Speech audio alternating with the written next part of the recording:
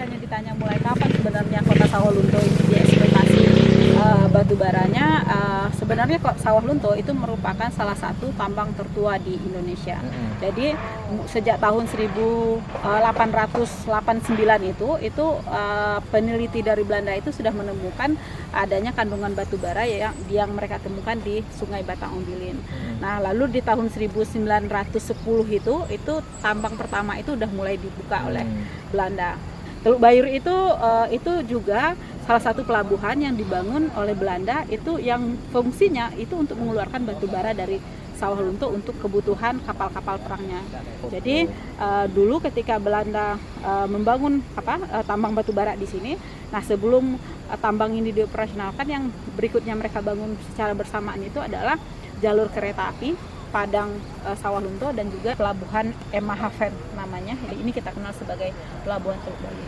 Dan sekarang dikukuhkan sebagai kawasan heritage itu ya, oleh UNESCO. Ya, itu yang sebenarnya cukup mengejutkan kita juga gitu. Termasuk juga di forum penetapan Sawah Lunto sebagai salah satu World Heritage dunia untuk kota tambang berbudaya itu, Walhi menyampaikan komplainnya secara langsung karena kenyataannya kota Sawah Lunto itu bukanlah fosilnya tambang gitu, bukannya kota yang sudah tidak lagi ada aktivitas tambang. Hari ini ada sekitar 14 izin usaha pertambangan masih beroperasi di kota Sawah Lunto yang setiap hari itu mempolusi kota Sawah Lunto, yang merusak lingkungan Sawah Lunto dan juga mengancam keselamatan hidup masyarakat kota. Ini di depan kita ini adalah danau yang terbentuk karena aktivitas tambang Bukit Asam di masa lalu.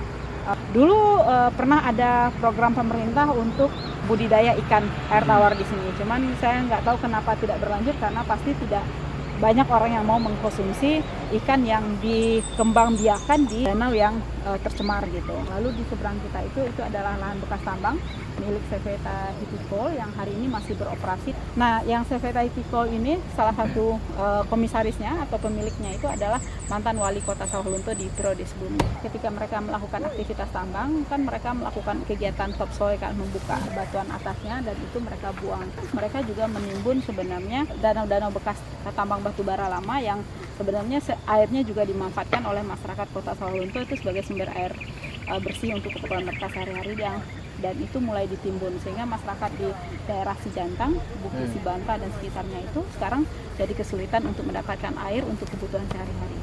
Apa itu? Keraknya ya? Ya, keraknya. Nah, nanti kan dia seperti ini kan dulu kan. Ya, ini putih-putih itu. Ya. Ini kalau ke baju juga pengaruh nggak, Bu? Pernah gitu pas nyuci nggak bersih? Enggak, kalau baju hitam yang sering nampak. Oke, ya. Jadi, ini kalau dulu kan saya pakai PDAM. Tapi PDAM-nya sering mati kan gitu. Paksalah pakai itu juga gitu. Jadi mau nggak mau, ya inilah kejadiannya. PDAM-nya kan kadang 1 minggu hidup, nanti 1 minggu lagi enggak gitu. Gimana lagi? Kita nggak punya pilihan. Mau cuci ke sungai, sungainya juga tercemar. Orang tambang ada, abu PLTU-nya kadang kan kalau hujan pasti otomatis pasti masuk ke sungai. Saya yakin aja itu, kalau nggak boleh tanya sama bapak aja, nanti bapak kan kerjanya di situ. Sini kan. Cuman katanya pas sikat pagi, sikat gigi pagi-pagi Nggak bisa kalau nggak untuk bisa itu. karena asam. Nggak bisa. Dan itu airnya berbahaya, Pak ya? Hah? Berbahaya airnya. Gimana? Gatal-gatal ya. Itu karena dipakai air itu buat mandi Iya. kan? Pak, kasih lihat lagi. Kasih lihat ini ya, Pak. Gatalnya kasih lihat sini. Sini mas. Oke. Ini tambangnya masih aktif. Ini sekarang diambil sama dia di tebing sini kan. Ini kan bekas pama. Yang arah sebelah. Bekas pama tebing kan. Nah jadi Potong. nah, dibikin sama dia pintu lubang Lihat ya, Kak. Kok dari sini tambang dalam. Berarti di bawah kita berdiri ada lubang-lubang ini. Ada. makanya Dan tidak 14 menutup di sini. kemungkinan sampai rumah Bapak tadi itu Iya. di bawahnya. Bukan sampai sini aja mas. Ya. Udah 17 rumah tuh yang masalah sekarang. Ya. Udah retak-retak. Karena bawahnya dilubangin. Jadi, bukan di lubang, diambil batu baranya. Iya. Berarti kosong kan. Iya. Nah kan tadi itu kelihatan pohon-pohon yang Tumbang tuh. tumbang itu Nah, juga karena itu ambles ya tanahnya. Iya.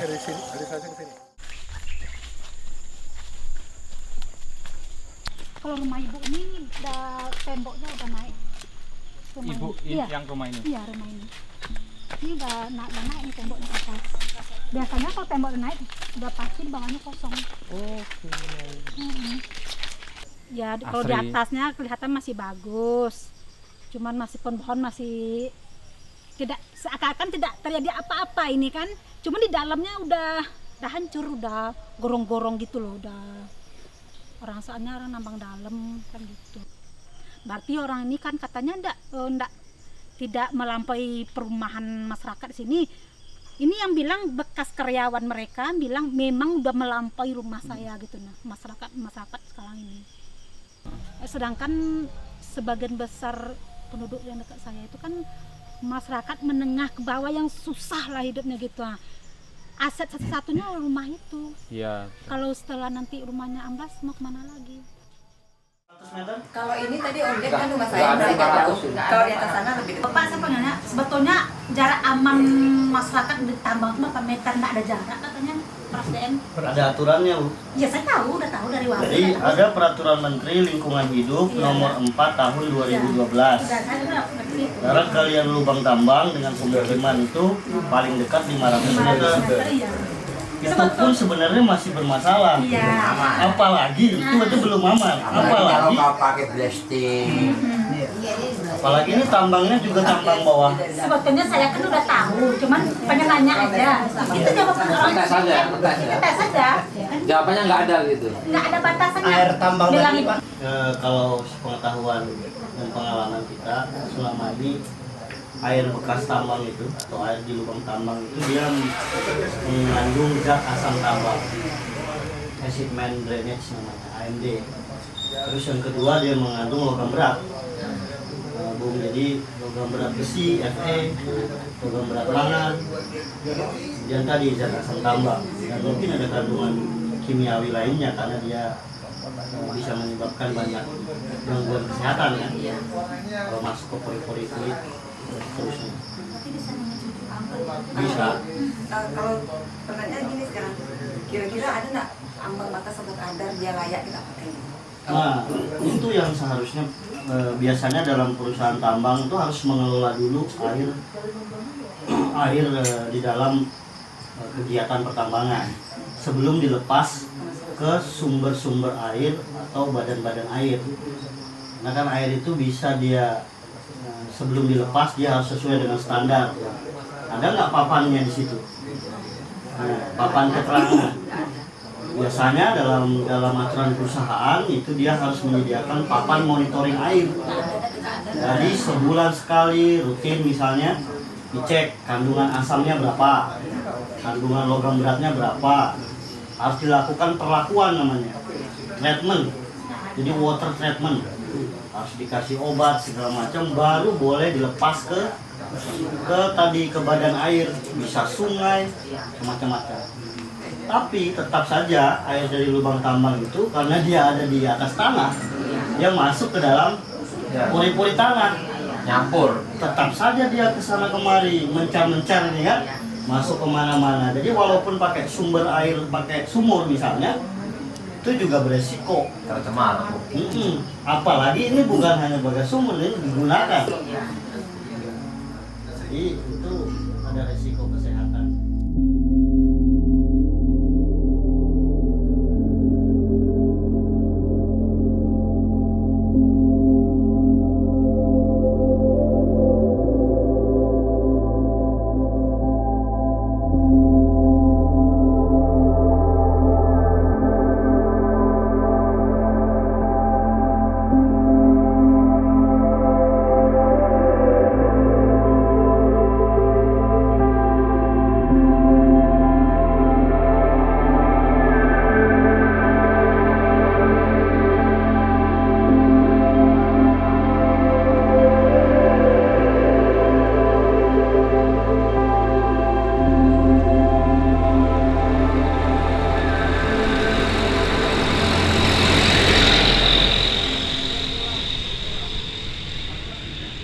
Perkiraannya ketika PLTU ini dibangun, umur PLTU ini berapa tahun?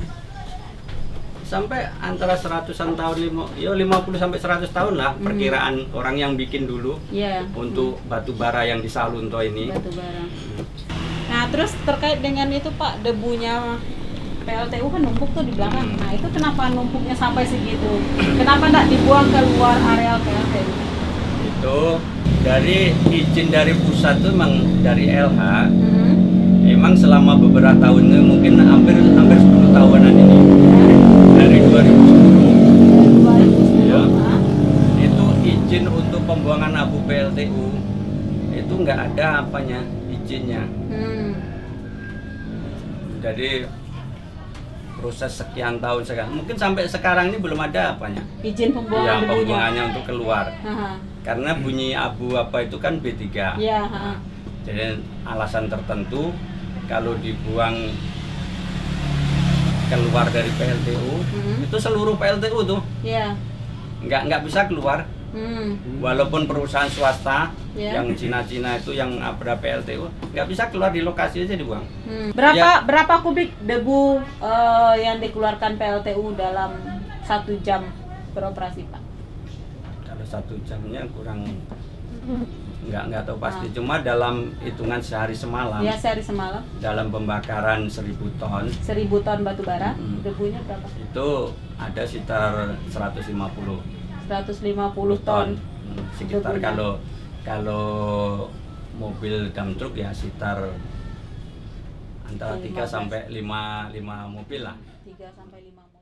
Sebenarnya seberapa berbahayakah jarak yang ada di sini itu antara PLTU dan masyarakat? Saya lihat itu sangat dekat sekali jaraknya. Ya, ini adalah zonasi yang seharusnya tidak boleh ada pemukiman dalam radius 500 meter. Tapi kondisi yang kita lihat saat ini, dinding pembatas PLTU itu berbatasan langsung dengan halaman warga. Bahkan tempat mereka menaruh tempat penyimpanan sementara abu fly ash mereka itu berhadap-hadapan dengan halaman warga. Bisa dibayangkan kondisi lingkungan seperti apa yang akan diciptakan dari situasi seperti mereka hampir 24 jam akan terpapar polusi fly ash yang beracun dari limbah cerobong asap PLTU. Selain itu juga dari sisa pembakaran abu PLTU, belum lagi bicara konteks kendaraan pembawa batu bara yang setiap hari berlalu lalang di halaman rumah mereka, belum lagi kondisi zat racun yang terkandung dalam batu bara yang itu disimpan di dalam stockpile mereka. Bisa dikatakan ini adalah contoh betapa buruknya manajemen pengelolaan tata kelola ruang dan wilayah tentang perencanaan pembangunan PLTU yang sangat dekat sekali dengan zonasi pemukiman masyarakat. Bahkan nempel. Nah, ada satu cerita menarik kenapa kondisi ini terjadi. Jadi PLTU Ombilin bisa dikatakan sebagai salah satu PLTU tertua di luar Jawa. PLTU Mulut Tambang tertua di luar Jawa itu dibangun sekitar tahun 80-an, tapi baru beroperasi tahun 90-an. Nah, menariknya pada waktu itu warga tidak pernah diberitahu bahwa abu sisa pembakaran batu bara itu merupakan limbah beracun.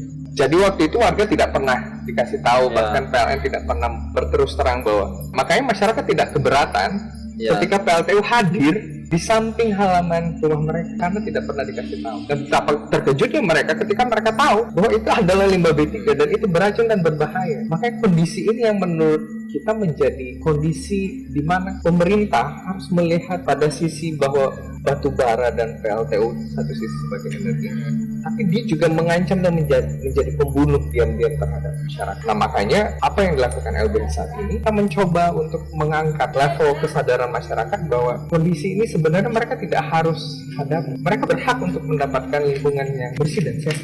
Oke, kalau dari aspek hukum gimana itu? Ada pelanggarankah di sini?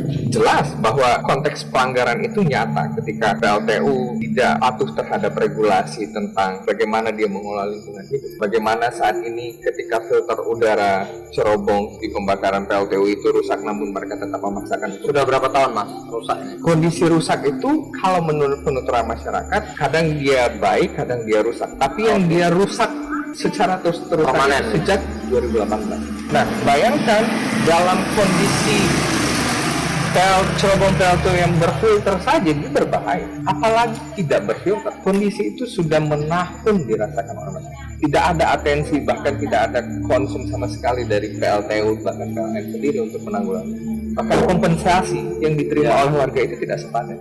Bayangkan anak-anak SD 19 negeri Sijantang yang itu berada hanya sepelemparan batu dari PLTU hanya menerima kompensasi 1 telur dan 1 susu kemasan 1 kali dalam 15 hari. Bahkan baru-baru ini mereka melakukan pemeriksaan kesehatan terhadap keluarga. Namun pemeriksaan kesehatan itu pertama hanya dibatasi untuk 300 orang, lalu hanya dibatasi satu kakak itu hanya boleh 1 orang. Bayangkan kalau seandainya satu keluarga itu yang sakit 5 orang, mereka harus memutuskan siapa yang harus berobat. Artinya yang 4 itu tidak tercover. Dan pemeriksaan kesehatan gratis yang hanya diselenggarakan 1 tahun hanya mengcover kebutuhan obat hanya untuk 3-5 hari. Jadi pemeriksaan kesehatan yang dilakukan oleh PLN gratis kepada masyarakat, pertama dia tidak memenuhi secara kuota, yang kedua obat yang diberikan itu hanya untuk 3-5 hari.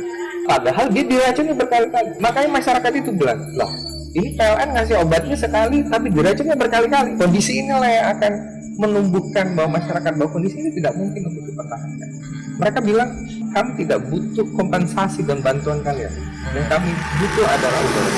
Ya, hidup yang sehat ya, hidup berkelanjutan.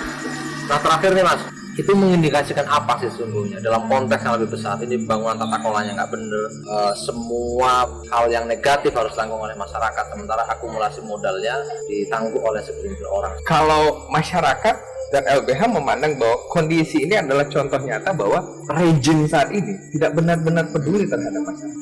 Jargon yang selama ini mereka kemukakan bahwa untuk menciptakan generasi yang mumpuni, menciptakan generasi dan masyarakat yang sehat, itu tidak pernah terjadi. Yang mereka pikirkan hanya bagaimana pertumbuhan kapital secara real, tapi mereka tidak peduli bahwa masyarakat berada dalam keterancaman. Ini saatnya kita membuka mata bahwa ini bukan lagi tentang cerita pilihan 1 atau pilihan 2 atau pilihan yang. Ini cerita tentang bagaimana masyarakat harus bersikap secara clear ketika memandangi bagaimana sekarang pemerintah tidak lagi berada pada posisi ini.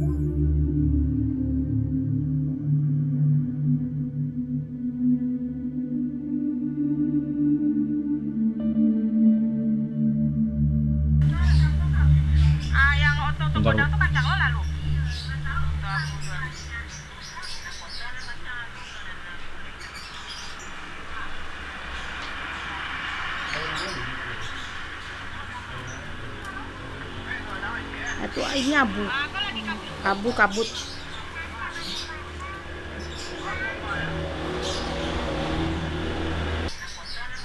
Ya ini abu-abunya yang mobil-mobil besar jalan. Oh, debu kendaraan. Iya, debu kendaraan, debu yang dari abu cerobong.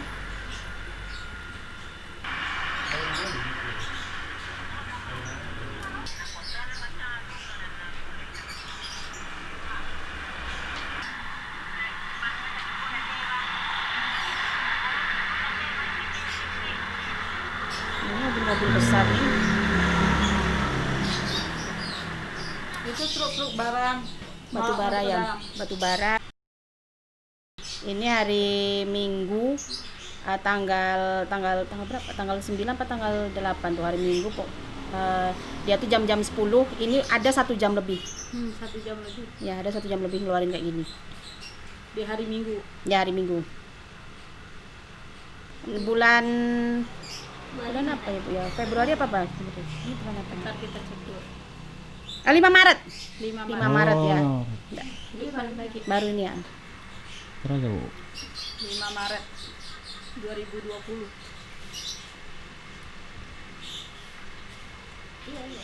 Iya.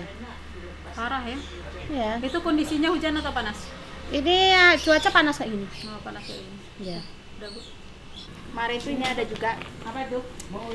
dari PLTU yang ngadain pemeriksaan cek up badan tuh. Hasilnya normal semua. Yakin? Itulah orang sini tuh nggak bisa dibodohin nak. Dia ini kalau ini ya anak-anak ya. Kalau ini dia udah kalau di rumah sakit dia udah minum obat rutin asma si Fardani, tapi kalau di sini normal. Kalau yang ini dia gatal-gatal karena abu, normal. Kalau semua. Ada juga tadi yang enggak dibawa juga sih punya ibu ya. Ini kemarin.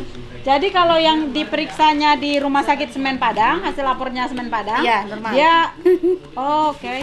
Dia Normal. dinyatakan normal, tapi yang ada enggak hasil check up-nya ibu ya, check up-nya anak ini yang menyatakan Kalau dia yang minum obat? ini ya orang kemarin kan orang tuanya kan memang dia minum obat rutin kalau yang si Iya. Fardan ini. Ah. Tapi di sini tuh normal gitu. Sedangkan kami aja nggak tahu bacanya tuh kayak gimana. Ini nak pemeriksaan di bulan Desember, hasil dibagi Januari. 1 bulan setelahnya itu pun yang membagi dari pihak dari pihak desa kemarin yang bagi. Dan pihak desa namanya kita kan nggak tahu ini dia kenapa kan kita kan nggak bisa baca ronsen-ronsen ini kan nggak bisa baca ini. Nggak diajarin juga. Nggak diajarin juga gitu. Nah, pokoknya semuanya tuh normal di sini, tulis kulit, telinga, sedangkan yang telinganya bermasalah aja normal di sini. Oh ya. Yang ini nih anak ini yang si Fardan nih dia kan minum obat rutin Dari rumah sakit. Dia langsung kalau nggak ke Padang Sawalunto dia. Dari rumah sakit Sawalunto. Dia- Ada hasil labornya dari rumah sakit Sawalunto. Kenapa dia harus minum obat rutin? Ada, dia memang kata orang tuanya kemarin kan memang asma dia kan memang ya kalau sini kan susah ongok namanya asma gitu. Apalagi tuh nanti kalau angin-angin musim abu banyak tuh dia udah kumat tuh. Nah, itu kemarin sini dibawa kan, nah di sini kok normal ya gitu. Sedangkan kita aja nggak dikasih tahu ini gimana cara bacanya ini. Apa ini ada kelainan apa nggak tahu. Ini berapa banyak anak yang dicek? Dia cuma 150 orang, tidak semua. Padahal yang kami minta semua warga tidak yang minta. Ini tidak cuma 150, itu pun berdasarkan kakak di sini. Padahal kalau yang diminta kan kalau bisa kan semuanya walaupun dia perantau apa kan dia kan juga udah terdaftar di sini kan. Nah itu pokoknya nih. Kadang Tapi nggak ngerti nggak ngerti juga. Punya buku saja normal ya ibu. Normal semua pokoknya normal dari 150 itu normal semua. Ini kemarin sudah sampai DPR juga nih. Nah, terus apa kata Pak DPRD? Kata Pak DPR itu yang normal semua Bu ya, normal Pak, kami tidak mau lagi Pak dibodohi Pak, itu kami tidak bodoh Pak. Kami mau pokoknya kemarin kan pas di DPRD Sumbar itu kan memang minta tuntutan itu yang tuntutan yang di perjanjian 2011 sama kemarin juga pokoknya minta dari dinas, kemarin kan ada juga datang dinas energi pertambangan kan juga datang, terus dari dinas lingkungan hidup juga ada kemarin DPRD itu yang datang cuma perhubungan sama kesehatan. Nah di situ kan bila kemarin kan rencananya kan kalau enggak karena ada virus corona ini kan DPR itu kan mau sidak langsung ke sini sama yang 4 dinas terkait itu. Tapi mungkin karena masih nganu corona sepertinya jadi diundur mungkin. Nah, kemarin kami minta juga dari dinas pendidikan dari dinas kesehatan turun ke Sijantang Pak, kami minta semuanya warga Sijantang itu dicek kesehatannya Pak. Nah, kami tidak mau lagi berhubungan dengan PLTU Pak gitu. Nah, hasilnya tuh normal semua Pak. Tidak akan mungkin gitu. Tidak akan itu ditutupin semua. Sedangkan anak kakak ipar saya dia diperiksa dulu tahun berapa ya? Tahun 2018 kelas 5 SD sama kelas 6 SD itu dibawa ke RSUD Sawalunto. Dicek kan di RSUD Sawalunto. Sampai sekarang anak-anak itu tidak tahu hasilnya apa. Orang tuanya pun tidak tahu hasilnya apa. Padahal Pak Eka kemarin, nah ini screeningnya tuh ada 70% anak-anak yang paru-parunya udah kena. Tapi nggak tahu. Ini dari RSUD Sawalunto kemarin. RSUD Sawalunto tahun 2017. Pokoknya tahun 2017. Ya, 2017. SD 19 Sijantang. Ada kelas 5 sama kelas 6. Berarti kalau waktu 2017 dia kelas 5 kelas 6, sekarang udah SMP. SMP berarti. Ya, SMP kelas 1.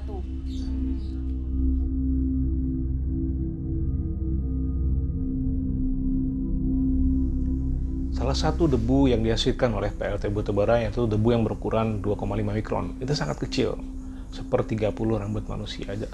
Jadi sehelai rambut dibagi 30 itulah ukurannya sangat kecil.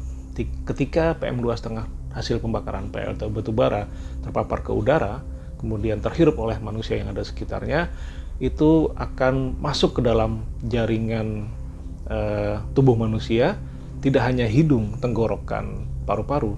Karena ukuran yang sangat kecil, dia bisa masuk ke dalam arteri, bahkan alveoli paru-paru yang sangat kecil, dan sampai pada peredaran darah dan terus ke jantung. Efeknya apa? Efeknya bisa mengakibatkan kanker, serangan jantung, paru-paru, ISPA, PPOK, penyakit paru obstruktif kronik, dan itu bisa jadi tanpa sadar masyarakat yang berada di sekitar PLTU pun mengidap penyakit tersebut. Ketika punya penyakit tersebut, Artinya masyarakat yang sudah punya penyakit bawaan ini beresiko lebih tinggi ketika terpapar COVID-19 selama musim pandemi COVID-19.